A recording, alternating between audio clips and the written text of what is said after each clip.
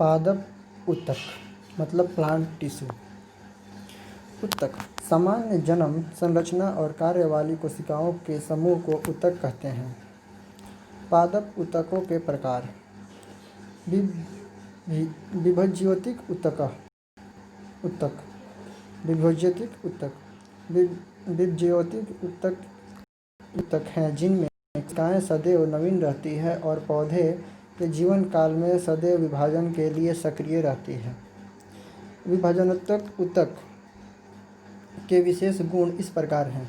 ये गोल, अंडाकार और बहुभाजकार होते हैं। इनकी भित्तियाँ पतली और जीव द्रव्य एक समान होता है। कोशिका में जीव द्रव्य सघन और केंद्रक बड़ा होता है।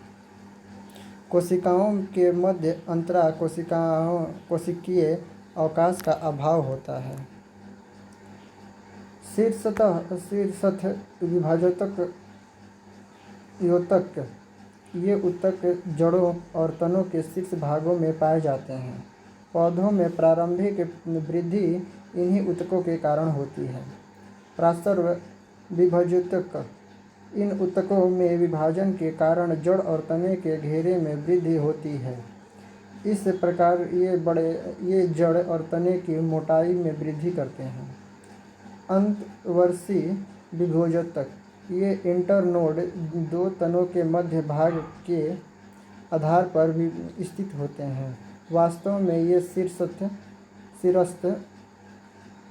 विभज्योतक ऊतकों का ही अंश है, जो कि बीच में अस्थायी ऊतकों के आ जाने के कारण अलग हो गए हैं। ये उन पौधों के लिए बहुत उपयोगी है जिनके शीर्ष भाग को शाकाहारी जीव खा गए हैं। शीर्ष भाग खाए जाने के पश्चात ये पौधे अंतर्वर्षी विभज्योतक की सहायता से ही वृद्धि करते हैं, जैसे कि उदाहरण घास।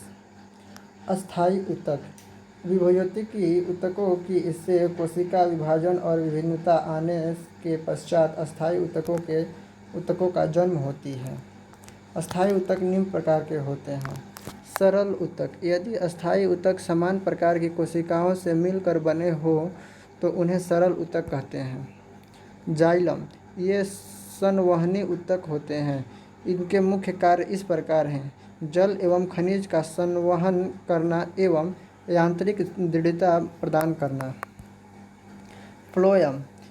यह संवहनिक ऊतक है। इसका मुख्य कार्य पत्तियों द्वारा तैयार किए गए भोजन को पौधे के विभिन्न भागों तक पहुंचाना है।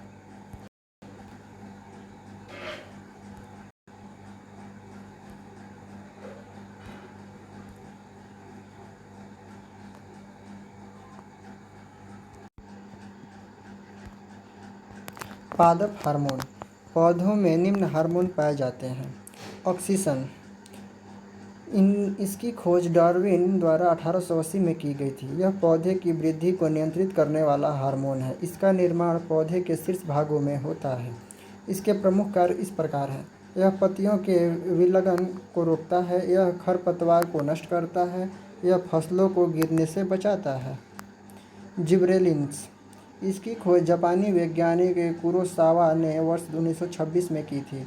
इसके प्रमुख कार्य निम्नलिखित हैं: यह बौने पौधों को लंबे पौधों में रूपांतरित कर देता है, यह फल उगने में मदद करता है, यह पौधे के सुषुप्त अवस्था को खत्म करने में मदद करता है, यह बीजों के अंकुरण में मदद करता है, काष्ठीय पौधों में एगा कैम्बियम की सक्रियता को बढ़ाता है। इसके छिड़काव से ही बड़े आकार के फलों और फूलों का उत्पादन होता है।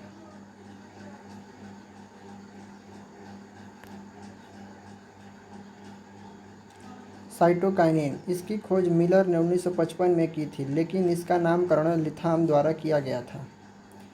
इसके प्रमुख कार्य निम्न हैं: यह प्राकृतिक रूप से ऑक्सीन के साथ मिलकर कार्य करता है, यह ऑक्सीन की उपस्थिति में कोशिका विभाजन और विकास में मदद करता है, यह बीजों की सुषुप्तावस्था को भंग करने में मदद करता है, यह आरएनए और प्रोटीन के बनने में सहायक है।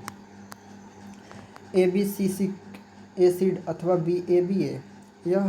इस हार्मोन की सबसे पहले खोज कार्नस और एटिकोड एडिकोट ने तथा बाद में वेरिंग द्वारा किया गया था। इसके मुख्य कार्य इस प्रकार हैं। यह हार्मोन वृद्धि रोधक है। यह बीजों और कली को सुषुप्त अवस्था में रखता है।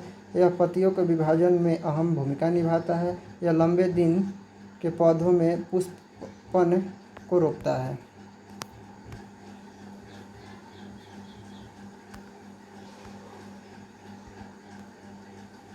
एथिलीन यह गैसीय रूप में पाया जाने वाला एकमात्र हार्मोन है। इसके निम्नलिखित कार्य हैं। यह फलों को पकने में मदद करता है। यह मादा पुष्पों की संख्या में वृद्धि करता है। यह पत्तियों, फूलों और फलों के विलयन को प्रेरित करता है। फ्लोरेजेंस यह पत्तियों में विकसित होता है लेकिन फूलों को खिलने में सहायता करता है।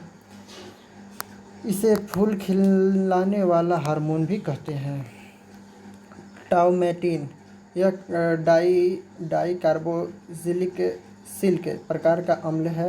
यह घायल कोशिका में पाया जाता है जो कि घायल पौधों के जख्मों को भरता है। Thank you.